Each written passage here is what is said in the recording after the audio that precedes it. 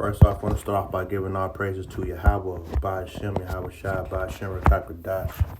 Also, want to give a double honor to the apostles and elders of Great Millstone who taught me this word, and the brothers who teach down with sincerity. Also, want to give a salutation to the elect scattered across the four corners of the earth. Hey, in this one, as you see, Canada threatens. He doesn't threaten. He says because Trump put them tariffs on Canada and extra on Canada, Canada now threatens to shut off the power and oil to the United States. All right. See, because Donald Trump is trying to punk all these states who are just as powerful as we are, if it's more powerful. And he's losing NATO members. He got the BRICS and Russia against him. He lost Ukraine. He backed out of that deal. And now these people are mad. And now you got Esau against Esau. And I believe these times is real. And we're about to enter Jacob's trouble. All right. And y'all about to Egypt, America, Babylon. Y'all about to get what y'all deserve. All right. This is Isaiah 19:2. And I will set the Egyptians against the Egyptians, and they shall fall, everyone against his brother and everyone against his neighbor, city against city and kingdom against kingdom. And the spirit of Egypt shall fall in the midst thereof, and I will destroy the counsel thereof, and they shall seek to the idols. And them idols are they devils, Satan, whatever, all these idols that American guys, this is all falls into paganism, goes back to Satanism. And to the charmers, and to them that have familiar spirits, and to the wizards. If you see the familiar spirits, it's them witches and warlocks, right, that they count on, which the Lord Yahweh Hashem Yahweh Shai controls them on the left side. So everything's being controlled by Yahweh Hashem Yahweh Shai. Right, and he cutting off these ports in America. You're going to finally feel it because these stores is going to be empty. Gas is going to be sky high. Power might be off. We don't know what's really going to happen. If you don't have the covering of Yahweh Hashem Yahweh Shai, you're not going to make it through. You people going to panic, and I can't wait to see it. It's what a sight and time to be alive if you're a prophet of Yahweh Hashem Yahweh Shai. All right, because the Lord got our back. He going to look out for us, This is 2nd Esdras 6:22. And suddenly shall their sown places appear unsown. The full storehouses shall suddenly be found empty, and a trumpet shall give a sound, which when every man heareth, they shall be suddenly afraid. And that's what's coming, because Americans are already afraid. You Americans are hoping that this get fixed, but as I just read, the Lord's not going to fix this because this is the Lord's doing.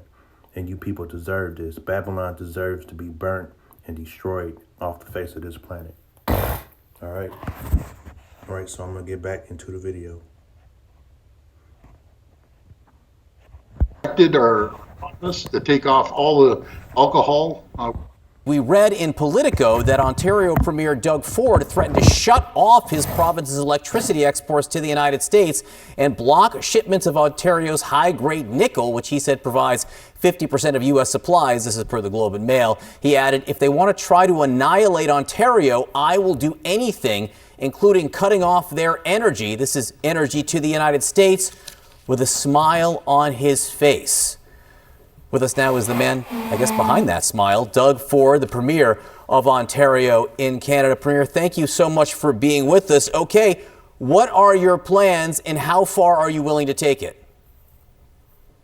Well, first of all, I have to tell you, Canadians love Americans.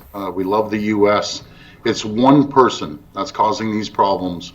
I've talked to senators and congresspeople and governors, Republicans and Democrats. Not one of them agree with them. I've talked to business CEOs of the largest companies. They totally disagree with this. And President Trump ran on a mandate to lower costs, to create more jobs. This is going to do exactly the opposite. The auto sector, we buy over 400% more autos than Mexico, 200% more than anywhere in the world. And, he put up a smoke screen. He keeps moving the goalposts. Well, the market is speaking loud and clear. The market is going to go downhill faster than the American bobsled team, and we're going to continue seeing in the U.S. plants close, assembly lines shut down. In the auto sector, they may last 5, maybe 8 days before the parts that go back and forth across the border 8 times. This is unnecessary. and we do have to retaliate. And I apologize to the American people. It's not you. It's your president that's causing this problem. We're the number one customer in the world to the United States. We had a great relationship. I want to continue on with that relationship, but I will use every tool in our toolbox to send a message to President Trump that this is the wrong thing to do. When Warren Buffett comes out and says this is basically insanity, you have to listen to someone like Warren Buffett. So some of the thinking inside the administration goes something along the lines of, in the United States, we can withstand more pain than you can in Canada. So how much pain can you withstand here? Well, we have the lowest debt in the G7. The United States have more debt than anyone. He wants to come and get a tax break, put a tax break through. He's relying on 2 Congress people.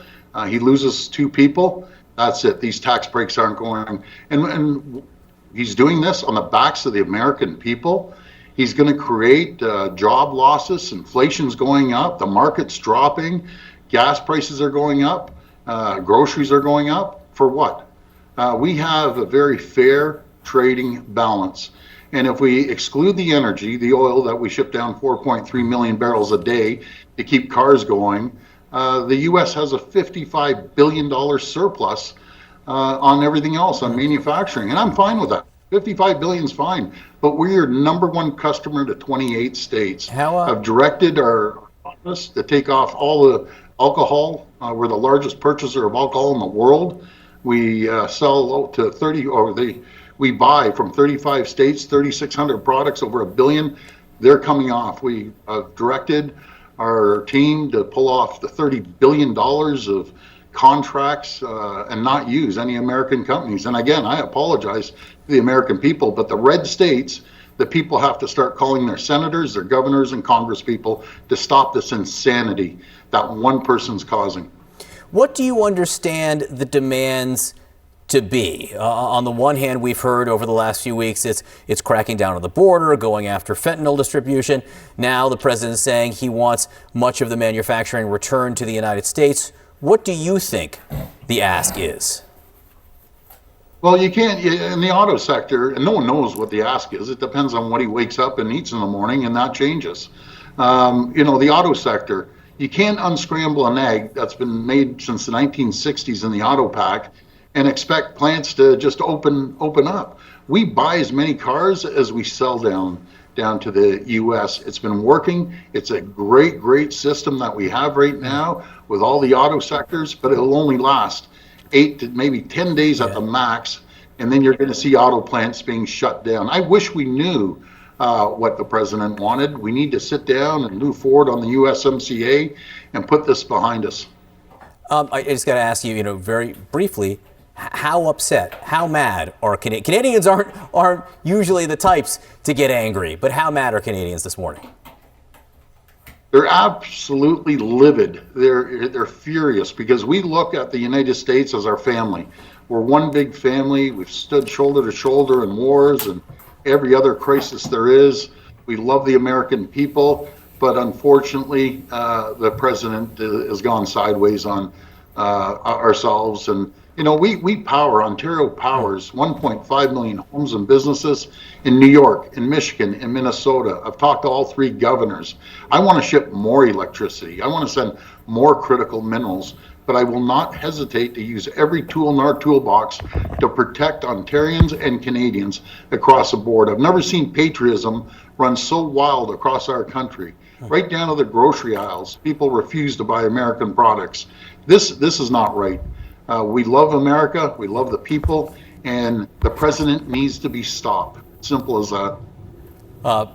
Doug Ford, the Premier of Ontario and Canada, we do appreciate your time. Thank you for being with us. Again, we continue to watch the U.S. markets now off their lows by a little bit, but still dropping precipitously after the open. The top U.S. trading partners are hitting back at President Trump's overnight tariffs. Right now, out on Wall Street, investors are weighing this new exchange of tariffs with Mexico, Canada, and China. The Dow already down more than 500 points, and the market's just opened. And inflation-weary Americans could soon feel the squeeze on their wallets big time. Prices of food, electronics, and big-ticket items like cars all potentially going up and up. And there's more breaking news right now. Target becoming the latest top retailer to issue a specific warning about the U.S. economy. The CEO just a few moments ago saying sales fell last month. U.S. consumer confidence is weakening and Americans will feel the pinch almost immediately. The consumer will likely see price increases over the next couple of days. You think about all the fresh produce. You know, we depend on Mexico during the winter. We're going to try to make sure we can do everything we can to protect pricing. But if there's a 25% tariff, those prices will go up. For things like what? Strawberries, avocados, bananas, what are we talking You've about? got that list right. Is that so? Those are some of the key items. And those prices could change within days in the Could change stores. certainly over the next week. We're covering all the angles right now with CNN crews in China, Mexico, and Canada. Let's begin with our correspondent Mark Stewart. He's in Beijing. Mark, China responded very. I built my credit with my rent payment for free thanks to Zelle. I stumbled on this game-changing credit-building app, and I'm totally hooked. I'm actually building credit from my biggest monthly expense, rent. How did I not find this sooner? My rent was reported to all 3 credit bureaus, making my on-time. Quickly, what can you tell us?